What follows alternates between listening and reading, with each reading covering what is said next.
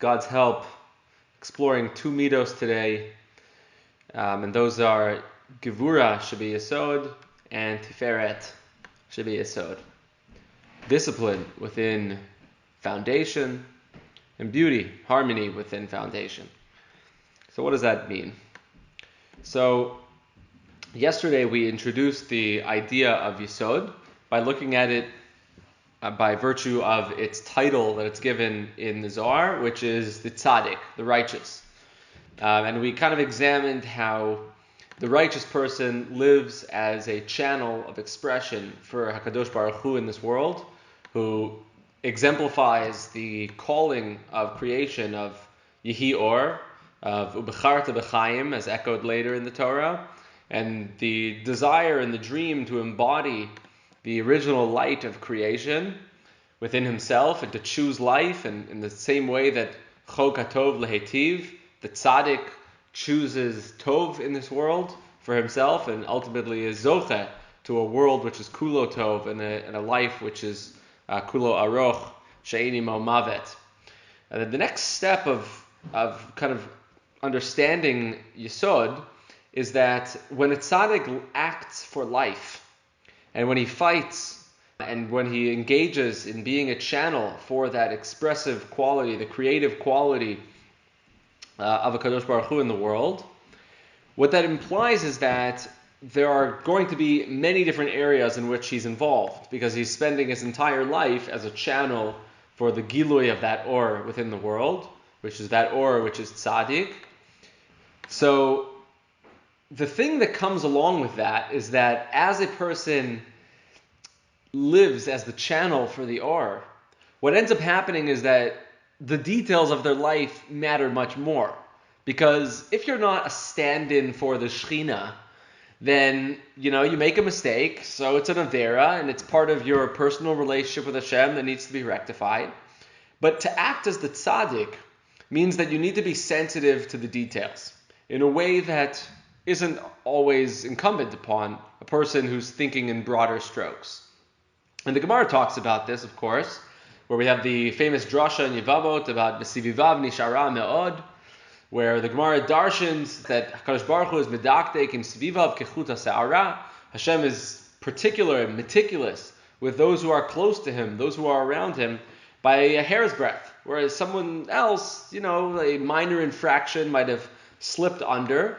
If a person is going to be expressive of Hashem's or in the world of Tov, it needs to be that every detail is accounted for, and that there is no aspect of them which isn't expressive of that or. And now, of course, this comes with a level of constriction, because what that means is that the tzaddik will often opt to not act rather than to act inappropriately. So there's a level of reserve, which is the step of Gevura, which we are now looking at, the Gevura within Yesod, which is that sometimes in order to create the foundation, in order to successfully be a channel for Hashem's or in the world, a person must have reserve, must hold back. And ultimately the path of a tzaddik is a path of tremendous discipline. Right? That's why in the steps working up to a level of a tzaddik, of a kadosh, there are steps in greatness that include prishut, that include tahara, that include staying away, abstention from the world, in order to ultimately connect and be an expression, the way the Ramchal sets it up, that the highest level of a kadosh is one in which the meals that he sits down and eats a steak, it's like he's bringing a korban on the mizbeach. That's something only which a person can arrive at by means of a sensitivity to each detail. And I found a beautiful commentary about this by the Malbim in his commentary on Mishlei. Really beautiful. You can get it in English, actually. They have a little book by, I think it was Feldheim, published, where you can see his translation in English. Beautiful commentary on Mishlei. Everything of the Malbim is just so meduyak. It's hard not to love. But the Malbim comments on the pasuk in Mishlei where it says, "Orach tzadikim ke'or noga, holech va'or ad nachon HaYom." So translated as the path of the righteous is like a radiant glimmer of light. And it continues and it's getting more and more bright, holech va'or ad nachon HaYom, that it continues expanding and becoming more bright until noon. So he the Malbim has a particular read on this. He makes a difference between a derech and an orach. Right? We say orach chaim pentifales. Orach is a lashon of a path, but it's a different word than derech. So the Malbim says there's a difference between a derech and an orach. A derech is a large path. An orach is a skinny byway. It's a skinny pathway through the thicket, through the darkness. And he says that what's going on over here, he says, Shehagam shid melach lecha shatzadikim ein holchim b'derech rachav. It might appear to you sometimes that the tzaddik isn't walking on a vast path. He's not walking on an expansive path. Ki darkam tchilato malei kotzim v'kasha lelechet bo. The path of the righteous initially is filled with thorns and difficulties, and is very difficult to proceed along such a path. In order for a person to embody the life of a tzaddik, I mean, Hashem is going to be medaktek with you, ketchuta sa'ara. It's going to require, as we've seen in the past, you're going to have to be meimit atzmo al divrei Torah. You're going to have to really kill yourself over greatness. Greatness is not something which is won by the weak of heart. And so it might seem that the tzaddik is on a narrow path, he says. But bechol zeh hagam shetchilato kotzim sofo mishor. Even though at the beginning it might be very constrained and filled with pain, in the end it opens up wide. Va'orach hatzar hazeh shehem holchim bo nidmet chila laor noga. At the beginning, it just seems like this minor glimmer of light. Shehu ha'or hamatchil hibaka ba'alot hashachar. It's like the light that's initially bursting over the horizon at the beginning of dawn. But what ends up happening, he says, she'ein or atzmi min hashemesh rak or chozer al yedei hitpalshut nitzotei hashemesh. It's not, you can't even see the light. It's just bouncing off by means of the reflection of the light on the sky and so on and so forth, the way he explains it. But he says, but you have to recognize that what ends up happening, achar kach, holech v'or, that achar zeh naseh or atzmi, it becomes an essential light, it becomes its own light. V'gam holech, and it's an or is mitrabeh tamid, he says. It's constantly expanding and flowing and increasing. Ad nachon HaYom b'tzarayim, until the point that it bursts into full daylight at the peak of the sun's exposure. And so I think that the whole metaphor obviously is very poetic because he's utilizing the language here of Mishlei. But the idea is that what we sense about a tzaddik is that often, from the outside, the life of a tzaddik is identified by limitation, by constraint, by diligence in schedule, by focus, by being stuck in the moment. And as we're going to see in the upcoming Midah, that's definitely not descriptive of the Midah, of a tzaddik per se. But it is a necessary step of tzidkut. That in order to arrive at that level of faithfulness, of integrity, to allowing that flow of or to pass through yourself, that your neshama could be a presence of Hashem in the world, it requires a level of attention to detail. And the truth is that we find this level of restraint back with a Kadosh Baruch Hu at the beginning of creation, where we know right off the bat, where Hashem creates the or on the first day, as Rashi brings, that Vayar Elokim et ha'or ki tov, Vayavdel Elokim ben ha'or ben ha'choshech. So Rashi brings down the Medrash that says that Hashem saw that she'eno kedai lishtamesh bo rishayim. Hashem saw that it was pasnished, it wasn't proper for the rishayim to have the opportunity to utilize this or. V'hivdilo letzadikim l'ased lavo, and Hashem put it away for the righteous in the world to come. Meaning, so to speak, that even HaKadosh Baruch Hu has to utilize this sense of limitation of how his ratzon is megala in the world right away. Sometimes it requires holding back. As the Gemara in Brachot says, that if imra'ita adam she'asha misacheket lo, al titgarbo. That if you see a person, a rasha, for whom things are working out in their favor, you don't start off with a rasha, even if it's in that right time. The Gemara goes through what the circumstances are over there, but the principle is in essence the idea of Gevura ShebeYesod. That sometimes tzidkut requires restraint. Restraint in action, restraint in schedule and discipline, and restraint in standing for that or. Sometimes the greatest way to be megala that or is by not being megala the or. Sometimes in order to have integrity to the values that you desire to be a channel for in this world, sometimes you need to opt for death. This might be an additional insight into understanding why there are certain averot which we die for. Sometimes, in order to be the channel for Hashem's Ratzon in the world and to choose life, you have to choose death.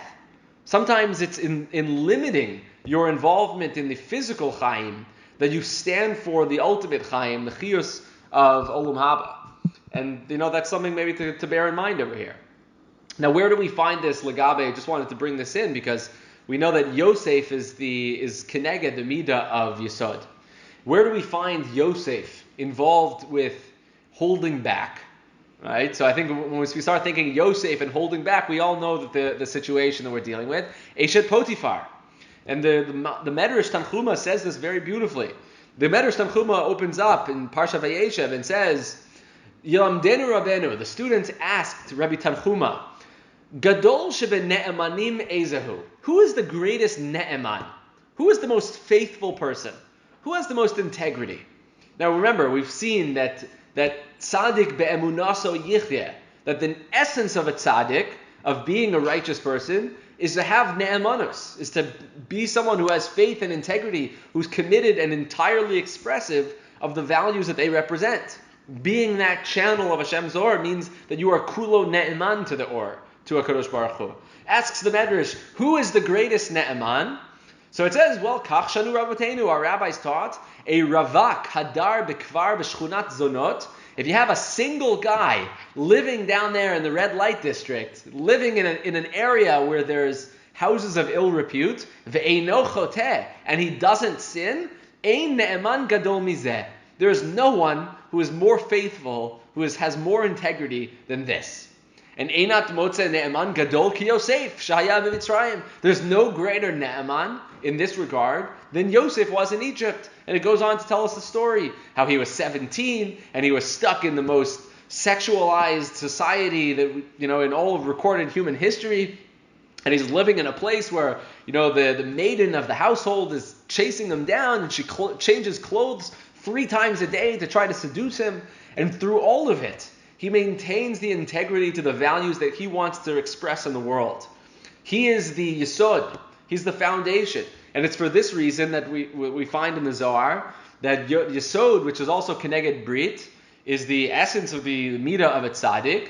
And as the Zohar explains, that says Yosef was Zacha lemehevet tzaddik le'ela, that Yosef merited to be the tzaddik up above, begin dinater at kayama, because of the reason that he protected his Brit. The whole idea of Shmirat Brit, to maintain integrity to your personal information, to who you are, and to the impact that you make in the world, to how you literally reproduce, but also symbolically, the perot that you give forth in this world, as we saw yesterday, as Mishlei says, Pri Tzadik Eitz Chaim, the fruit of the righteous, the impact that he has in the world should be the tree of life, not chas v'shalom, as something which takes away from life. And sometimes, in order to have those fruits in the world, it requires reserve. It requires a level of discipline. And part of that means diving into details and getting involved with the nitty-gritty, and that every detail matters, and that if you're expressing that yesod that you stand for, then every detail of your life and every halacha that you're involved in should be expressive of the yesod upon which everything is based.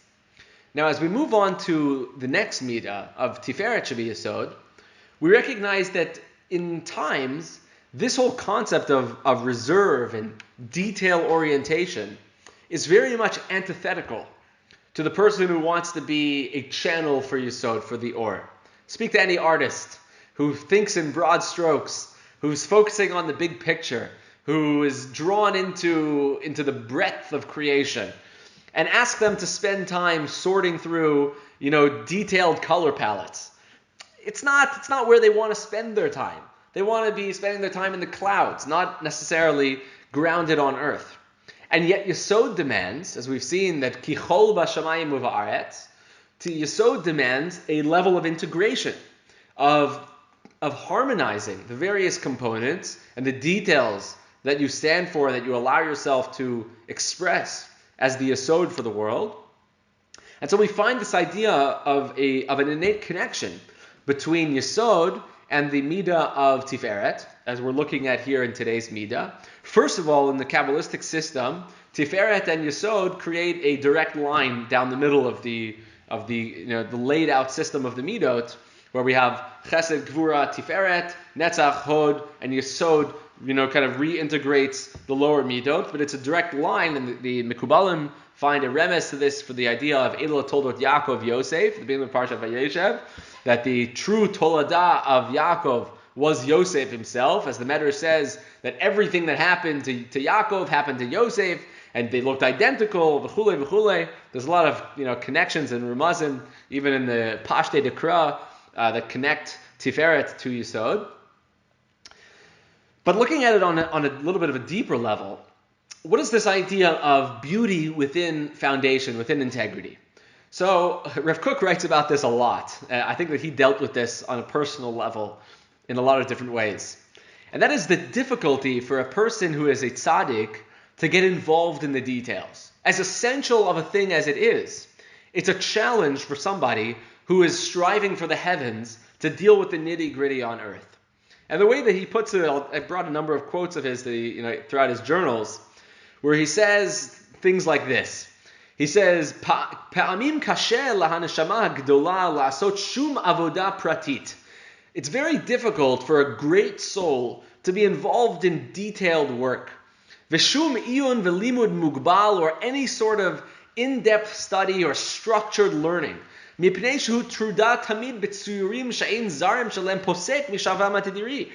they're constantly engaged in visions and depictions that are ceaseless in their flow and their constant expansion. And they basically have a very difficult time getting involved in something which is deep and local and kind of detail-oriented. Or as he writes in another journal, he says, Ein tzadikim elyonim yecholim letzamtzeim atzmam b'mabat miyuchad. A great righteous person is unable to constrict themselves into gazing into one individual detail. They see the light and the glory and the kindness of Hashem in every single thing around the world. Everything which grows. They find sparks of holiness within everything. Orot kedoshim, meleim, ziv shel ma'ala, incredible holy lights that are filled with the radiance of up above, and so on and so forth. So we have this idea that a person who embodies the Midah of Yesod, who acts as a channel and has integrity to the or that they embody, which is really their hod in a sense, but that they have integrity to that those values that they represent and desire to express them in the world. The way that Shlomo Melech expresses it is Ba'alot tzadikim rabba tiferet, that as the tzaddik is exalted, when a tzaddik reaches his high point, there's abundant beauty in the world. There's an association between tzidkut and beauty. And that's an important thing that stamazoi, if we could take one thing away from the Midah, is to recognize that there's this connection between tzidkut and beauty. That what it looks like to see a tzaddik, as we describe in Kabbalah Shabbos and Tehillim, tzaddik et hamar yifrach ke'erez balvanon yizgeh shetulim beveit Adonai bechatzot Eloheinu yafrichu. There's growth, there's thriving, there's a sense of vibrancy, there's a sense of the beauty of a garden, of a flourishing tree, which is associated with a tzaddik. And that the life and the involvement that a tzaddik has in bringing that or, in acting as a channel for Hashem's or, with integrity into the world, is something which brings beauty and harmony into the world, not vice versa.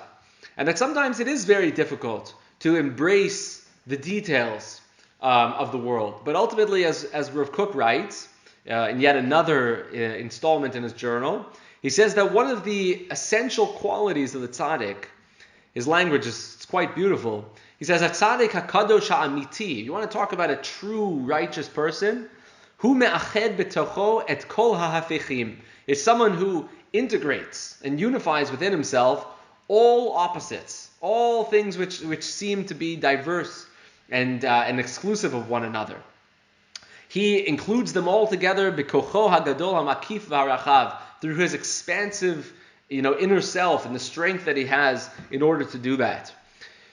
And he continues and says, I'm skipping through this paragraph, where he says that HaTzadik hayoter elyon, the greater a tzaddik is, hu makif et harochav hayoter kolel. He includes within himself an even broader gaze, an even more all-inclusive perspective on the world. Ve'ein bo shum tzimtzum shel din, and there's no constraints of judgment, of narrow thinking. Ki im kulo malei chesed v'rachamim rabim. It's all filled with the light and the love and the compassion and the desire to see the good in everyone. But he says at the same time, and I think he's probably playing off the previous midah over here. He says, "Amnam ha'olam lo yuchal lahakir et midat hatzedek hazeh."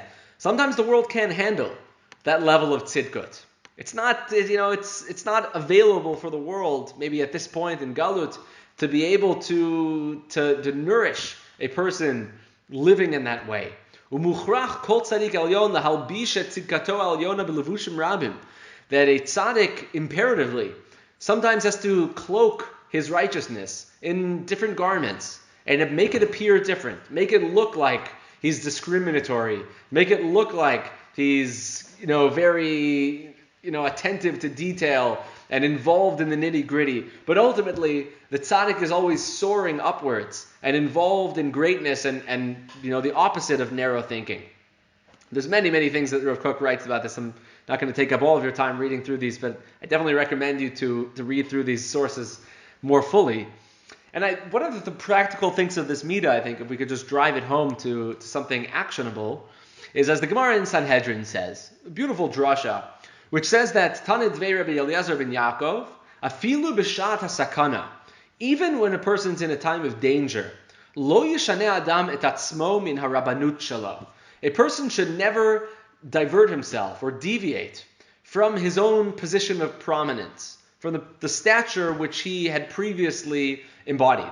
Shneimar, as it brings us the story from Daniel, as Hananiah, Mishael, and Azariah were thrown into the Kivshana Eish, and the pasuk describes them as being wearing their tunics, their hats, their big day, malchut, the royal clothing that they had been wearing up until that point.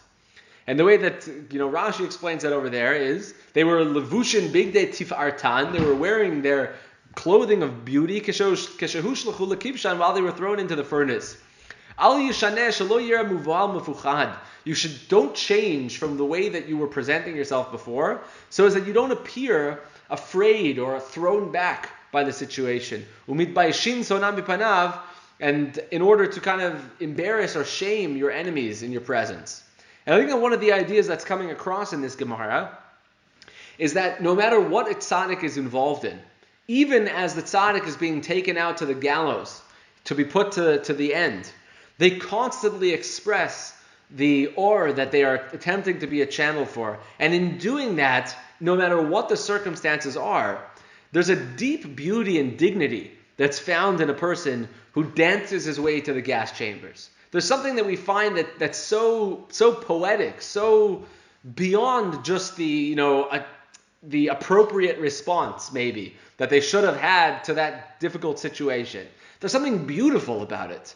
There's something that when a tzaddik is involved in that level of detail, in care and in discipline, in order to properly be megala the or and act as the channel for that which he represents, the tzaddik be'emunato yichya, there's something which is integrative about that. That you don't feel that the tzaddik stands at odds with the world, but adrabah, the tzaddik is kind of cloaked in beauty and splendor, and there's something which is everlasting about such a thing. That it makes you feel like you're part of it. Not that you're looking at somebody outside of your world, but you're seeing somebody who's very much a part of your world. You feel like you're being nichlal within that experience.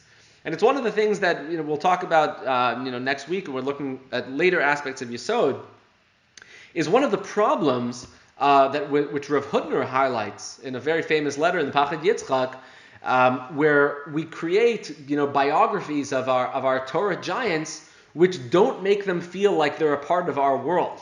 We feel like we're relating to somebody from some other planet, and it makes it the opposite of what of a true Yesod is meant to be. Whereas someone who is acting as a tzaddik brings light to everyone around them and is megala that or to the rabbim and integrates even people who are distant. As Rav Kook writes also, that the power of a tzaddik is to draw in even apikorsim, even kofrim, immediately become drawn into the love of a Kadosh Baruch Hu by means of that light.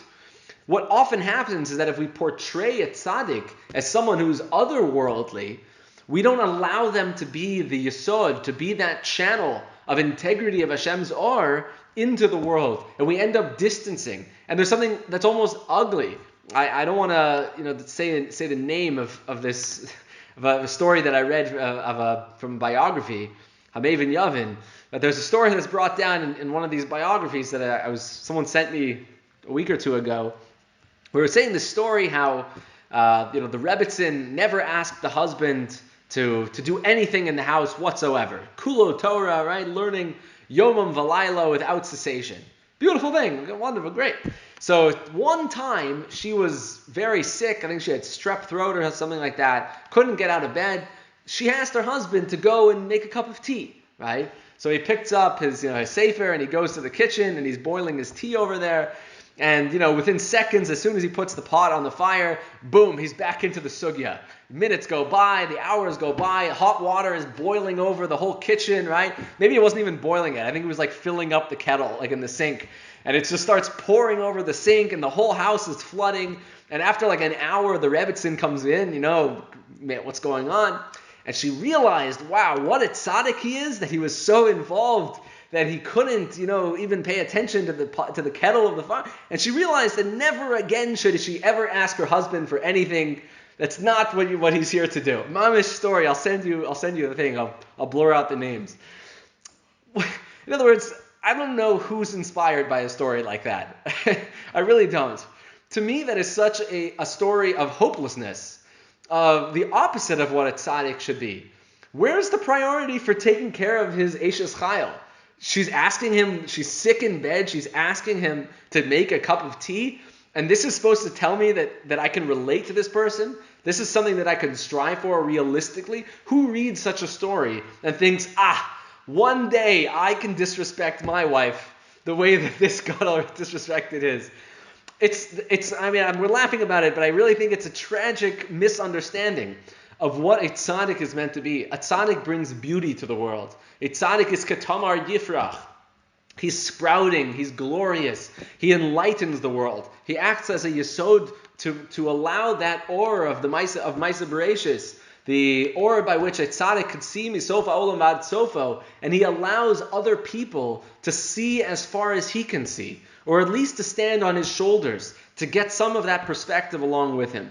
He doesn't shut them out by living in another universe. The tzaddik is integrated. The tzaddik is Tiferet lo la'oseha v'Tiferet lo min ha'adam. He's involved in the world, he's integrated in the world, and people find within the tzaddik an expressive channel to access that aura of Maisa Bereshis, and they see that not as something which requires them to step into the darkness, but something which allows them to step into the light. So these are some thoughts for these two Middot that we get to experience over this weekend. May we be zocha to find that light in the hidden tzaddikim around us, and ultimately to tap into that beauty within ourselves, and to find ourselves as being the tzaddik yisod olam, and find that as we exalt in our own righteousness, that amech kulo tzaddikim, that we are all have that capacity for righteousness within ourselves, may we be zocha to experience the Tiferet in abundance around us throughout this Shabbos experience. So have a wonderful Shabbos, guys. What do we have here from Ohad? It was required for Yisrael to go through Mitzrayim, right? The Tsar, exit, beautiful. You're saying for the Gevura into the Tiferet. Beautiful, beautiful. And Tiferet is Matan Torah, right? As we saw the Gemara in Brachot, right? Beautiful. Excellent, right? It's visible by the nations. It's viewed as a beautiful thing. It's viewed as something which brings light and clarity to the world. In the Navi's language, it's an or lagoyim, right? The Klal Yisrael is meant to be a light for the nations, which is a phrase that's thrown around pretty often, but if kind of understood in this context, it makes a little more sense.